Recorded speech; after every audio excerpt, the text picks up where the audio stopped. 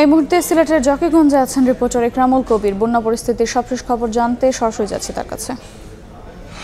আমি এই মুহূর্তে আছি সিলেটের সীমান্তবর্তী উপজেলা জকিগঞ্জ পৌর এলাকার ৯ নম্বর ওয়ার্ডে, এবং এই ওয়ার্ড সহ জকিগঞ্জের যেই কয়টি ওয়ার্ড আছে পৌর এলাকার, তার অধিকাংশ ওয়ার্ডই এইভাবে পানিতে তলিয়ে গেছে। কারণ হচ্ছে গিয়ে এই এলাকার প্রায় 5টি ছোট বড় 5টি ভাঙ্গন দিয়ে পানি তীব্র বেগে কুশিয়ারা নদীর পানি প্রবেশ করছে। এই মুহূর্তে কুশিয়ারা নদী জকিগঞ্জে 156 সেন্টিমিটার উপর দিয়ে প্রবাহিত হচ্ছে। বিপদসীমার 156 সেন্টিমিটার উপর দিয়ে প্রবাহিত হওয়ার ফলে এই যে পানি যেটি আসছে এটি হচ্ছে গিয়ে কুশিয়ারা নদীর পানি।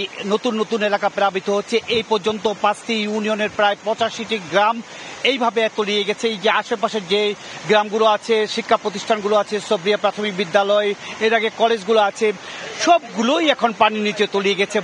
এক কথায় বলা যায় এই এলাকার মানুষের জীবনযাত্রা একেবারে থমকে গেছে। আর্থসামাজিক যে অবস্থা, সেই অবস্থা একবারে জিরো পর্যায়ে নেমে গিয়েছে। কোনো কাজকর্ম নাই। এই এলাকার যারা মানুষ খেটে খাওয়ার মানুষ, তারা এই এলাকার কোনো কাজকর্ম নাই।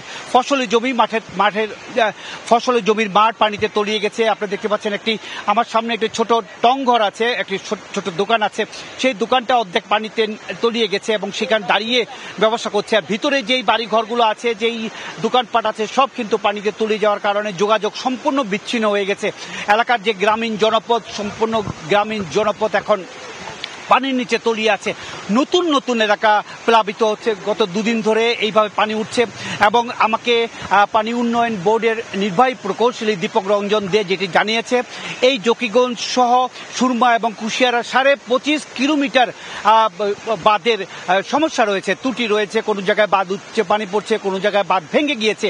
এগুলো আপাতত মেরামত করা কোনোভাবেই সম্ভব নয় যত সময় পর্যন্ত কুশিয়ারা এবং সুরমা নদীর পানি বিপদসীমার নিচে নেমে অনেকটা না নামছে তত সময় পর্যন্ত এই এলাকার যে বাঁধ ভেঙে গেছে বা যেই বাঁধগুলোর ত্রুটি হয়েছে, সেই বাঁধগুলোর ত্রুটি সারিয়ে তোলা কোনোভাবে সম্ভব নয়। সেই পর্যন্ত এই এলাকার মানুষজন এইভাবে ভোগান্তির মধ্যে থাকবে এবং বিপর্যয়ের মধ্যে থাকবে। প্রাকৃতিক বিপর্যয় কাকে বলে তা এই এলাকায় এলেই সম্পূর্ণ দেখা যাবে। মোটামুটি এই ছিল বাঁধ ভাঙ্গার ফলে জকিগঞ্জ এলাকার যে 5টি ইউনিয়নের 85টি গ্রামের মানুষ পানিবন্দী হয়ে পড়ে নতুন নতুন এলাকা প্লাবিত হচ্ছে, তার সবশেষ খবর।